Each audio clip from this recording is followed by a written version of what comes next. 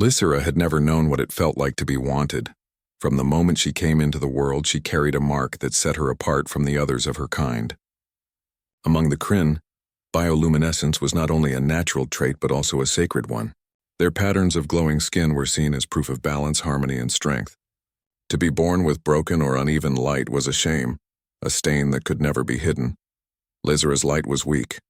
The patterns across her arms flickered unevenly, as though her very body could not decide what it wanted to be. The elders called her flawed. The children called her shadowborn. And the rest simply looked through her as if she were invisible. Her homeworld, Prime, shone with silver spires and shimmering towers, all designed to glow in rhythm with the natural light of the people who lived there. For Lysera, it was a world of dazzling brilliance that only reminded her of what she lacked. Each morning, she walked through the corridors of the training halls, keeping her head lowered so the glow of her skin would not draw more cruel remarks. The Kryn younglings around her trained in the arts of strategy, flight, and science. They were told that one day they would serve the Dominion, carrying the pride of their people into every corner of the galaxy. Lysera did not train with them. She was given cleaning duties, sweeping the halls, scrubbing the smooth crystal walls, and carrying supplies for those considered worthy. When she passed, no one thanked her. Some whispered. Others laughed. Yet she endured. Her mother had once whispered to her that she must hold on, that even broken light could shine in its own way. But her mother was gone now, lost to illness. Her father worked in silence, never daring to defend her, fearing the scorn of their society, so Lysera learned to carry her loneliness quietly. One day, as she carried a bundle of data tablets through the Academy's grand hall, a group of older students stepped into her path. Their lights glowed bright and perfect, patterns dancing like starlight across their skin. They looked at her the way one might look at dust. "Careful, Shadowborn," one of them sneered. "If you drop those, you'll never see the end of punishment." Lysera tightened her grip on the tablets and kept walking, hoping to slip past without a word. Another student stepped forward, blocking her way. His glow was so bright it hurt her eyes.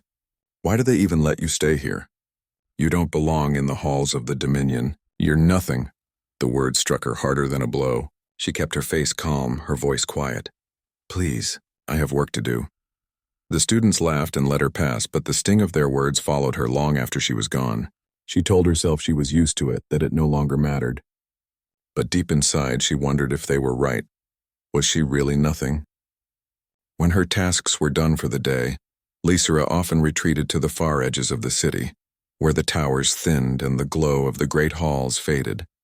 There on the cliffs overlooking Krynar's sea, she could watch the horizon without hearing the voices of others. The sea was dark, endless, and quiet. Unlike the people around her, the ocean did not demand perfection. It simply existed, deep and eternal. Lysera liked to sit there and imagine she was part of something larger, something beyond the narrow walls her society built around her. Sometimes she pictured herself walking among the stars, where perhaps no one cared about glowing patterns or broken light. But such dreams felt fragile, as if the moment she clung too tightly to them, they would break. The Kryn Dominion prided itself on discipline and order. From a young age, every child was tested, ranked, and trained according to their abilities. Great scholars, pilots, and commanders emerged from the academy, their lights shining in perfect harmony. Lysera, however, was marked from birth. Her records were labeled unfit for advanced instruction. She was never allowed to sit in strategy halls, never given a seat in the starship simulators. Her existence was tolerated but never embraced. Still, she listened. While sweeping floors or polishing data screens, she overheard lessons about distant star systems, new technologies, and alien species. She soaked up knowledge like dry soil absorbing rain. Though no one noticed, Lysera grew clever. She learned to fix broken equipment when others ignored her. She memorized charts and maps she was never supposed to touch. She discovered she could see patterns others overlooked, shifts in light, small changes in energy fields, subtle movements of machines. But in Kryn society, such talents were meaningless if one's light was flawed. The first time Lysera was sent beyond Prime, she thought it might be a chance to escape her cage. She was assigned as a low-level aide on a supply ship bound for a neutral station at the edge of Dominion space. The ship was commanded by Captain Varys, a stern officer whose bioluminescence gleamed in flawless silver spirals. To him, Lysera was a tool, nothing more. She carried crates, checked manifests, and kept out of sight. The journey through the stars should have thrilled her. Outside the viewport, endless galaxies shimmered like jewels scattered on black velvet. Yet she was not allowed near the command deck for long. Every time she lingered, she was reminded, "Do your duty, Shadowborn. Do not stare at what you'll never touch." Still, her heart leapt at the sight of the stars. She thought of the ocean on Krynar, and how it had seemed endless. But this was infinity itself. Perhaps, she thought, there is a place out there for me. When the ship docked at the neutral station, Lysera followed the crew as they unloaded supplies. The station bustled with beings from many worlds, traders, diplomats, and wanderers. It was the first time she had seen so many alien species gathered in one place. Some walked on legs like hers. Others floated, glided, or crawled. Their colors and shapes dazzled her eyes, and for a moment she felt a spark of something strange, belonging. Here, no one stopped to point at her imperfect glow. Here she was simply one among many, but the illusion did not last long. Her fellow Kryn noticed her wonder and mocked her openly. They shoved her as she carried a crate, making her stumble. A few aliens glanced their way but quickly turned back to their own business, unwilling to interfere. Lysera lowered her head and bore the humiliation in silence, as she always did. But a part of her heart whispered, "This is not how it should be. There must be more than this." She did not know then that her life was about to change, that among the countless faces in that station, one pair of human eyes would see her not as a flaw, but as someone worth saving. But for now she remained the outcast of the stars, clinging to dreams that seemed as distant as the galaxies beyond the viewport. The station's hall stretched wide and bright, filled with voices from 100 species.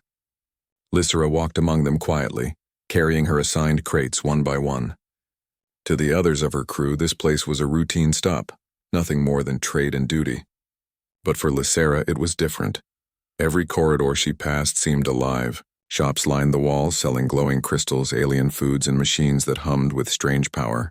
Creatures with wings spoke in trills that echoed like birdsong. Tall armored beings moved with the weight of authority, and smaller traders with quick hands darted between crowds. Lysera had never seen so many lives gathered in one place. For the first time she felt the tight cage of Kryn society loosen just a little. Here no one knew her name. No one cared about her broken glow. She was simply another shadow in the sea of travelers, but the Kryn crew did not let her forget who she was. "Move faster, Shadowborn," barked Officer Darren, his silver patterns shining in perfect loops across his arms. He shoved a heavy crate into her arms. "The humans are waiting for these supplies. If you make us look weak, it will be your shame." Lysera bowed her head, gripping the crate tightly. "Yes, officer." As she walked, a group of Kryn youths followed, whispering loudly enough for her to hear. "Looks lost among the stars. Perhaps the humans will mistake her for a servant. Or maybe they'll think she's defective. Machinery." Their laughter chased her down the corridor like sharp stones. Lysera kept her eyes forward, refusing to let them see how deep the words cut. She reminded herself this would end. Once the supplies were delivered, she could slip back into the quiet shadows. The human delegation waited in one of the station's docking bays. Lysera had seen humans only in images before, records of Earth's people shared during Dominion briefings.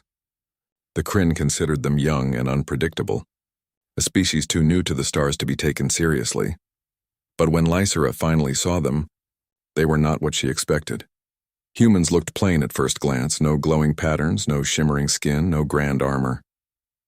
Their bodies were simple, their faces expressive, yet their eyes carried something she had never seen in the Kryn, a warmth, a curiosity, as if every detail around them mattered. Among them stood a tall man with dark hair threaded with silver. His uniform bore the insignia of Earth's diplomatic corps. His gaze moved across the bay, sharp but not unkind. When it landed on Lysera, she felt something she had never felt before. He did not look through her. He looked at her. The crates grew heavy in her arms. Lysera stumbled slightly, adjusting her grip. The Kryn youths who had followed her smirked, waiting for her to fall. But before she could steady herself, the tall human stepped forward. His hand reached out not to grab the crate from her but to steady her arm just enough so she wouldn't drop it. "Careful there," he said, his voice calm and even. "That looks heavy for one person." Lysra froze.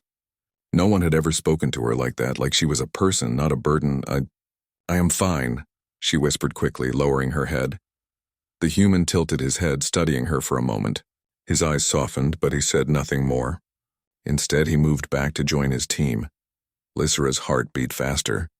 She didn't know why such a small kindness struck her so deeply.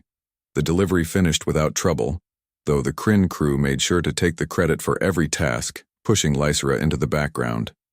She remained quiet as always, stacking empty containers and checking that nothing had been left behind. But the human's glance lingered in her mind. For once, someone had looked at her without scorn. Later, as she carried the last crate to storage, she passed through one of the station's wide viewing halls. Windows stretched from floor to ceiling, showing the endless void of space beyond. Stars glittered like dust on black silk. Ships drifted in careful paths, lights blinking across their hulls. Lysra paused, her steps slowing. Her chest tightened with longing. Out there in the infinity of space, there had to be a place where she could belong. "You like the view?" The voice startled her. She turned quickly to see the same human standing nearby. He had no crate in his hands, no duty pulling him away. He was simply looking out the window, same as her.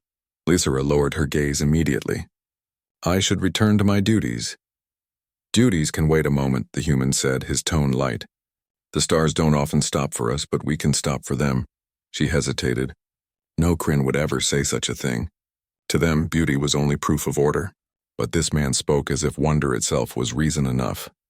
After a moment, the human extended his hand slightly in greeting. "Commander Elias Mercer, Earth Diplomatic Corps." Lysra blinked, unsure how to respond. In Kryn culture, names were rarely shared with outcasts. Still, something about his voice invited honesty. "I am Lysra," she said softly. "Lysra," Mercer repeated as though the name itself mattered. "It's good to meet you." Her throat tightened. No one had ever said that to her before. They stood in silence for a time, watching the ships pass by. Lysra kept glancing at Mercer, half expecting him to laugh at her or walk away. But he didn't. Instead, he said, "Your people don't treat you well." The words hit her like cold water. She tensed, ashamed. I do my duty. That's not what I meant." His gaze remained on the stars. "I've seen the way they speak to you. I've seen the way they push you aside. That's not duty. That's cruelty." Lysra's voice shook. "It is, the way things are. I was born wrong. My light is broken." Mercer turned to face her then, his eyes steady. "Broken? Who told you that?" "My people, everyone. Then they're blind." His voice carried no hesitation. "Where I come from, we don't believe imperfection makes someone less. Sometimes the flaws are what make us strong." Lysra's breath caught. She wanted to believe him, but years of scorn pressed down on her shoulders. "You do not understand. Among the Kryn, light is life. Without it, I am nothing." Mercer's expression softened. "You are not nothing. You're standing here, aren't you? You're breathing, seeing, choosing. That makes you someone. Don't let them take that from you." For a long moment, Lysra could not speak. The words felt impossible, unreal. Yet in his voice, she heard no mockery. Only truth. She looked out the window again, her reflection faint in the glass. Her glow flickered weakly across her arms, uneven and dim. But for the first time, she wondered, was it truly broken? Or was it simply different? Their conversation was cut short by the arrival of Captain Varys. The Kryn officer's silver spirals burned brightly in the dim light as he strode forward. "Lysra," he snapped. "What are you doing here, idling like a stray? Return to your duties at once." Lysra flinched, bowing her head. "Yes, Captain." Varys turned a sharp glance toward Mercer. "Commander, I hope my crew has not disturbed you." Mercer's face remained calm, though his voice carried a quiet edge. "Not at all. In fact, I was just enjoying a conversation," Varys scoffed. "With her? She is no one. A mere shadowborn. You should not waste your time." Lysra's chest burned with shame. She wanted to disappear, to melt into the floor. But Mercer's reply stunned her. "With respect, Captain," he said firmly. "No one is no one." Varys frowned but did not argue further. He barked an order at Lysra and she hurried away, her heart racing. That night, as the Kryn ship prepared to leave the station, Lysra lay awake in her small quarters. The words echoed in her mind. No one is no one. For the first time in her life, someone had looked past her glow, past her shame, and seen her as a person. She did not know what the future would bring. But deep inside, a fragile spark flickered, one that refused to die.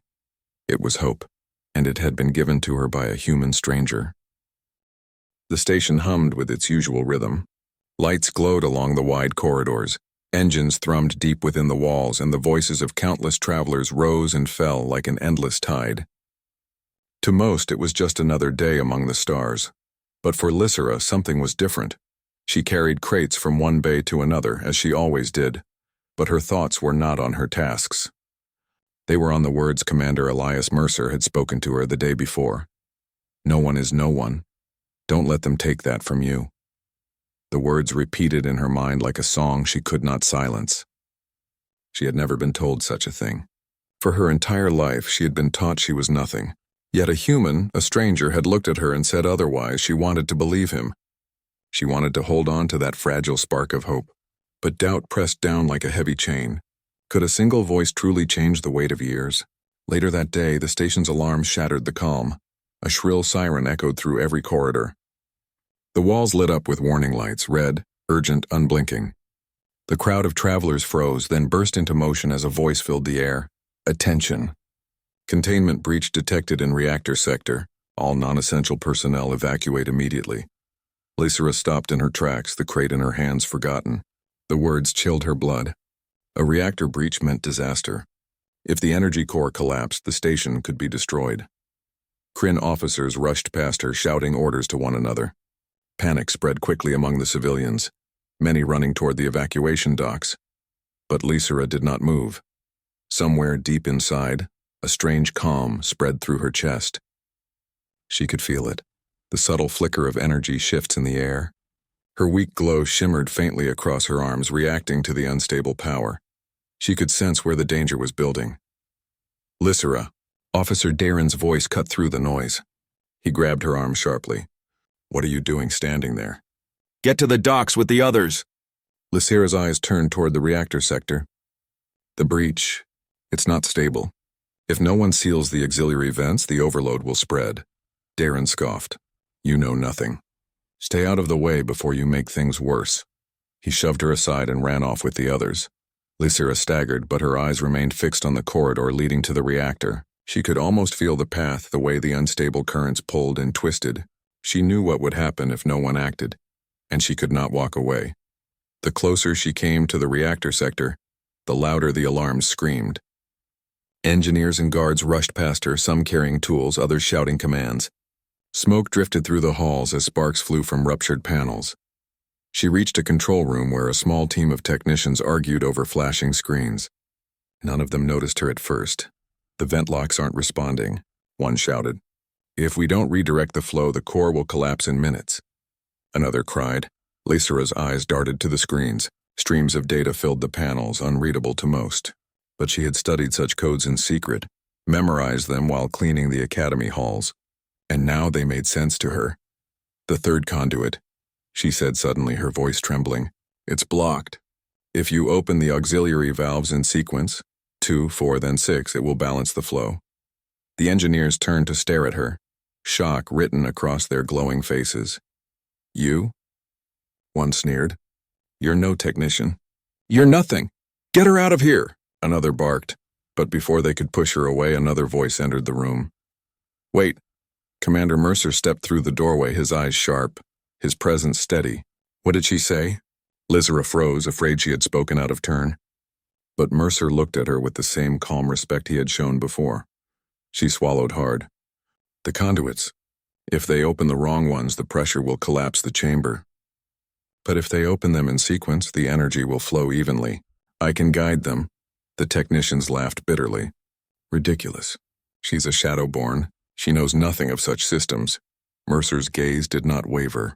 I've learned to listen when someone sees what others miss. Let her try. The technicians hesitated, unwilling to trust her. But Mercer's authority, even as a guest, carried weight. Slowly, they stepped aside. Lysera moved to the control panel, her hands shaking. She pressed her fingers over the glowing keys, guiding the sequence she had described. The alarms blared louder for a moment, the lights flickering violently. Then suddenly the readings began to stabilize. The energy flows evened out, the overload slowing. "It's working," one technician gasped. Lysera exhaled, relief flooding her chest. But she wasn't finished yet. "Now reroute the auxiliary line to the secondary grid," she instructed, pointing to the controls. "It will hold until the core team can make full repairs." The technicians obeyed reluctantly, and within moments the alarms faded into silence. The flashing red lights dimmed, replaced by the steady glow of normal operations. The reactor was safe. For a heartbeat, the room was quiet. Everyone stared at her in stunned silence. Then one technician muttered, "Impossible." Another shook his head. "How did she—" But Lysera didn't hear the rest.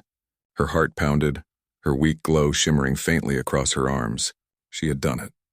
She had saved them all, not by luck, not by accident, but by knowledge and courage. Mercer stepped forward, a rare smile tugging at his lips. "Well done, Lysera." The simple words filled her chest with warmth she had never known. Someone had seen her, believed her, and now she had proved herself true. But the Kryn officers were less willing to accept it. Captain Varys stormed into the control room moments later, his spirals blazing with anger. "What is the meaning of this?" he demanded. "Why is she at the controls?" One of the technicians stammered. She stopped the overload. Without her, the reactor might have collapsed. Varys's eyes narrowed at Lysera. "Impossible. She is nothing but a servant." Mercer's voice was calm but firm. "With respect, Captain, you're mistaken. Without Lysera, this station might have been lost. She deserves recognition, not scorn." Varys glared, but he could not deny the truth. Still, he refused to give her credit. "We will discuss this later," he snapped before storming out. Lysera lowered her head, shame and fear twisting inside her. But then she felt Mercer's hand rest gently on her shoulder. "Don't let him silence what you've done," Mercer said quietly. "You chose to act when others would not. That choice saved lives." Later, as the chaos settled and the station returned to normal, Mercer found Lysera sitting alone in a quiet corridor. She stared at her glowing arms, still faint, still uneven. "You did well today," Mercer said as he approached. Lysera shook her head. "It was only luck. They will not see it any other way." Mercer crouched beside her, meeting her gaze. "It wasn't luck. You saw the truth because you've always paid attention. You've always learned, even when no one wanted you to. That isn't luck, it's strength." Her eyes burned with unshed tears. "But what does it matter? I will return to my ship and they will remind me I am nothing." Mercer studied her quietly, then spoke words that would change her life. "Then don't go back. Come with us." Lysera stared at him, stunned. "What?" "You have a mind the Dominion refuses to see," Mercer said. "Among humans, we value those who think differently, who see beyond the ordinary. You don't have to live as their shadow anymore. You can choose something else." Her heart pounded. The offer felt impossible, like a dream she dared not touch. "But I am Kryn. I cannot leave my people." "You're not leaving your people," Mercer said gently. "You're choosing your future. There's a difference." Silence hung between them. Lysera's thoughts spun like stars across the void. Could she truly walk away from everything she had ever known? Could she step into a world that did not see her as broken? The fear of the unknown pressed heavily on her chest. But so did the memory of standing at the controls, saving the station when no one else could. For the first time she had proven her worth, not only to others but to herself. Perhaps she thought this was her chance to finally belong. Lysera looked at Mercer, her voice trembling but steady. "If I go with you, what will I become?" Mercer smiled, his eyes warm. "Whatever you choose." That night, as the Kryn ship prepared to depart, Lysera stood at the edge of the docking bay, staring at the stars. Behind her lay the life of shadows, of scorn and silence. Ahead lay uncertainty but also possibility. For the first time in her life, the choice was hers, and she chose to step toward the light. The journey from the station to Earth's ship felt like stepping into another world. Lysera had never seen a human vessel before. The Kryn ships were all sharp lines and glowing crystal structures, their halls echoing with strict order. By contrast, the human ship Resolute felt alive. Its walls hummed softly with machinery. Its lighting was gentle, warm rather than harsh. The air carried the faint scent of oil, metal, and food. Strange but comforting most of all, the people aboard were different. As Lizera walked down the main corridor beside Commander Elias Mercer, humans passed her with curious eyes. Some nodded politely. Some smiled. None looked at her with the sharp disdain she was used to. She waited for laughter, for whispers, but none came. It felt unreal. Mercer guided her to a small cabin. The door slid open to reveal a modest but comfortable space. A bed, a desk, a small shelf, and a window that looked out into the stars. "You'll stay here," Mercer said. "It's not large, but it's yours." Lysera stepped inside slowly, her fingers brushing the smooth desk. "Yours." The word echoed in her mind. In Kryn society, nothing had ever belonged to her, not space, not time, not even her own choices. Now she had a room of her own. "I don't know if I deserve this," she whispered. Mercer's voice was steady. "It's not about what you deserve. It's about what you choose to do next." He left her then, giving her time to breathe. Lysera sat on the bed, staring at the stars outside her window. For the first time, she felt the weight of freedom pressing against her heart. Life among humans was not easy at first. The crew of the Resolute welcomed her politely, but Lysera struggled to adapt. The rhythms of the ship were different from the rigid schedules she had known. Humans valued independence. They encouraged questions, laughter, even mistakes. At first, Lysera found it overwhelming. She worried constantly that she would say the wrong thing, that they would discover she was unworthy. She avoided eye contact, spoke little, and kept to her room when she could. But the humans did not mock her.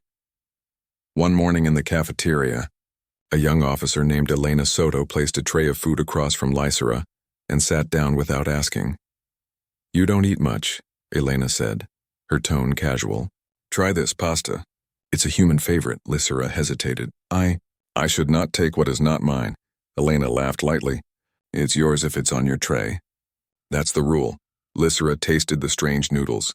They were warm, rich with flavor unlike anything she had known.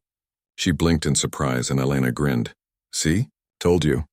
It was a small thing, but it cracked open the door to something new. Mercer often checked on her, guiding her gently into ship life. He gave her access to the library database where she could read about Earth, its history and its people. Lysera spent hours studying, her curiosity blossoming.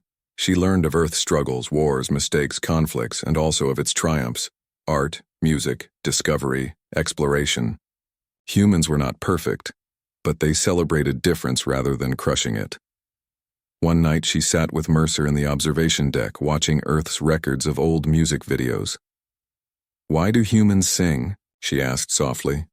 "Because sometimes words aren't enough," Mercer answered. "Song is how we share what we feel." Lysera listened to the strange melodies, her glow flickering faintly. For the first time she wondered if her own light, uneven and dim, was not a curse but a song of its own. Training began slowly. Mercer believed she had more potential than she realized. He arranged lessons with the crew in navigation, engineering, and communication. At first, Lysera resisted. "I cannot learn these things. I was never allowed to study." "That doesn't mean you cannot," Mercer replied. "The question is not what they allowed. It's what you allow yourself," so she tried. In navigation class, she discovered her glow reacted naturally to stellar maps. While others struggled to read shifting patterns, she could sense small details, tiny fluctuations in starlight and energy fields that others missed. "You notice things no one else does," the instructor marveled. "It's almost like a second sense." In engineering, she surprised even herself. Machines that baffled others seemed to whisper their secrets to her. She could see patterns in energy lines, imagine how parts fit together, and suggest small changes that improve performance. The crew began to respect her, not because Mercer commanded it, but because she earned it. Still, the shadows of her past lingered. One evening, after a long day of training, Lysera returned to her cabin and sat by the window. Her reflection stared back at her, glow flickering weakly. She touched her arms, remembering the cruel voices of her people. "You are nothing." Shadowborn. Flawed. The words haunted her. She feared the humans would one day see her as the Kryn did, that their kindness was only temporary. She curled into herself, fighting the tears. Then her door chimed. It was Mercer. "May I come in?" Lysera hesitated, then nodded. Mercer stepped inside, his gaze calm as always. He didn't ask questions. He simply sat across from her, waiting. Finally, Lysera whispered, "What if they are right? What if I am only pretending to be more than I am?" Mercer leaned forward, his voice steady. "Lysera, you proved who you are when you saved that station. You didn't pretend, you acted. That was real. And what you've done here since then is real too. Don't let the lies of your past erase the truth of your present." His words settled into her heart like light into shadow. Slowly, she lifted her head. "Do you truly believe I can belong here?" "I don't just believe it," Mercer said firmly. "I know it." From then on, Lysera worked harder. She pushed through fear, embraced mistakes, and began to laugh with the crew. Elena taught her human jokes, which she didn't always understand but tried anyway. Another crew member taught her how to play a simple card game. She lost often, but each loss ended with shared laughter instead of scorn. Her glow remained uneven, but she no longer tried to hide it. Some of the crew even told her they found it beautiful, like a shifting constellation. One day, as she studied a new navigation map, Elena leaned over and said, "You know, your glow makes the stars look brighter." Lysera blinked in surprise, her chest warming. No one had ever said such a thing. Weeks turned into months. Lysera grew more confident, more skilled, and more alive than she had ever been on Krynar. She began to dream, not of escape but of possibility. She imagined becoming part of a crew, a navigator, maybe even an explorer. She imagined traveling to worlds where no one cared about her past, only what she could do now. And through it all, Mercer remained at her side, guiding without controlling, teaching without demanding.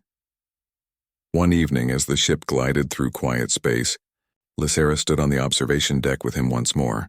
The stars stretched endless before them, silent and eternal. "Do you ever regret leaving your world?" Mercer asked gently. Lysera thought for a long time. Finally, she shook her head.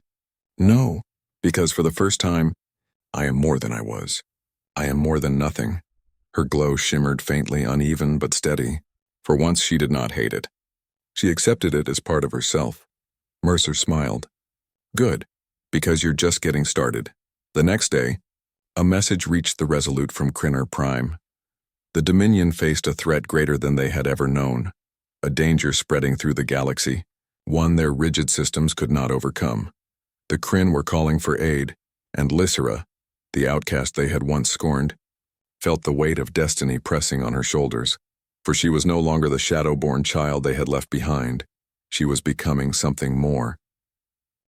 The call from the Kryn Dominion spread across the stars like a desperate echo. Lysera listened to the transmission in silence as it played through the Resolute's command deck.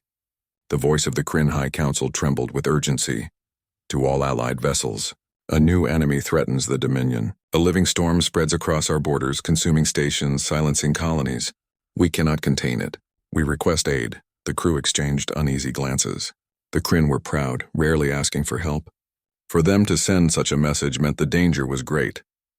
Lysera stood near the back of the deck, her glow flickering faintly. She felt torn inside. These were her people, the same ones who had cast her aside, who had called her nothing. Now they cried out for help. Would they even accept help from her? Commander Elias Mercer looked at her thoughtfully.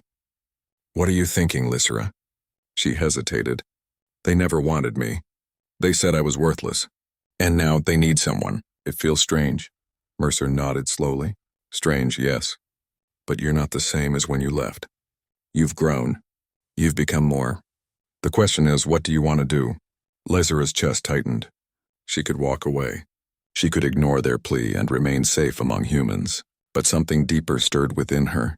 She thought of the sea on Krynar, vast and endless. She thought of the moment she had saved the station, when her knowledge had mattered. She thought of Mercer's words. No one is no one. Perhaps this was her chance to prove it, not just to herself, but to all Kryn. "I want to help," she whispered. Mercer gave a small smile. "Then we'll help together." The Resolute altered its course, joining other ships responding to the distress call. As they approached the edge of Kryn space, the threat became clear. A storm of energy rolled through the void, vast and alive. It was no natural phenomenon. Sensors showed patterns within it, shifting currents that swallowed ships whole, disrupting communications and draining power. Colonies caught in its path had gone silent. On the bridge, the crew worked quickly, It feeds on energy, the science officer reported. Our weapons will only make it stronger. Shields won't hold long either, another added. Lysera studied the readings carefully. Her glow shimmered as she traced the patterns. Something about the storm felt familiar, not in form but in rhythm. It moves like light, she said softly. The crew turned toward her. Lysera pointed at the screens. The currents, it's like the bioluminescent patterns of the Kryn. The way they shift, the way they connect. But this storm, it's chaotic. It needs balance. The science officer frowned. Balance? How do you balance a living storm? Lysera's voice grew steadier. If we can project ordered light patterns into it, we might redirect the flows. Not destroy it, but calm it. Guide it away from the colonies. It was a daring idea, untested and risky. But it was a chance. The plan was relayed to the Kryn High Council. Their response was sharp and dismissive at first. A Shadowborn speaks of saving the Dominion, one counselor scoffed. This is nonsense. Lysera lowered her head, shame prickling her skin. But Mercer's voice cut in, firm and unyielding. With respect, counselor, it was this same woman who saved an entire station when no one else could. You can ignore her words if you wish, but you'll be ignoring the one chance you may have. Silence followed. Finally, the counselor relented. Very well, proceed. Preparation began at once. Lysera worked with the human engineers, designing a projection array that could emit powerful light patterns across the void. She guided them using her knowledge of Kryn bioluminescence, the rhythms, the sequences, the harmony of balanced glow. For the first time, her flaw became her strength. Her uneven light allowed her to see the storm's chaos clearly, to understand its shifting nature in ways others could not. Hours passed in tense work. At last, the array was ready. The Resolute positioned itself at the edge of the storm. The energy waves loomed like a living wall, glowing and roaring with silent fury. Smaller ships hovered nearby, ready to assist but powerless to act. Lysera stood at the center of the control deck, her hands trembling. She had designed the sequence, but now she had to guide it. Mercer stepped to her side. You're not alone. We're with you. She nodded, drawing in a steady breath.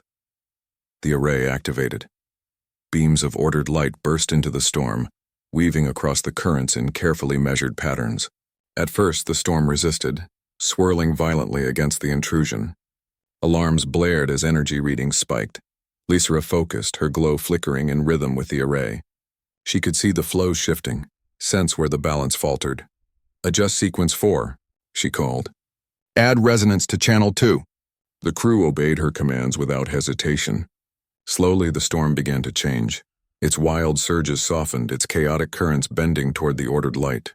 Like a beast calming under a gentle hand, it began to follow the new path laid before it. On the screens, the storm drifted away from the nearest colony, its destructive energy guided into empty space. Cheers erupted across the deck. The colonies were safe. Lysera exhaled deeply, her knees weak. She had done it. The Kryn High Council appeared on the view screen. Their faces were stern, but their eyes held something new, something Lysera had never seen directed at her before. Respect. You have saved the Dominion, the counselor said reluctantly. Your actions will not be forgotten. Lysera's chest ached with emotion. For so long she had dreamed of hearing such words, yet now she realized something important. She no longer needed their approval to know her worth. Still, she lifted her head and spoke with quiet strength. I was once told I was nothing. Today I have shown that no one is nothing. Every life has value, even if it does not fit the pattern. The counselor bowed his head slightly, humbled into silence. When the transmission ended, the crew of the Resolute celebrated. Elena hugged Lysera tightly, laughing. You did it. You saved them all. But Mercer simply stood by her side, his smile warm. You've come far, Lysera. She looked at him, her glow flickering softly. I couldn't have done it without you. That's not true, Mercer replied. You always had this strength. All I did was remind you it was there. Lysera's eyes shimmered with tears, not of sorrow, but of joy. For the first time, she felt whole. Days later, as the Resolute sailed quietly through calm space, Lysera stood once more at the observation window. The stars stretched endless before her, vast and waiting. She thought of where she had begun. an outcast on Krynar, scorned and forgotten.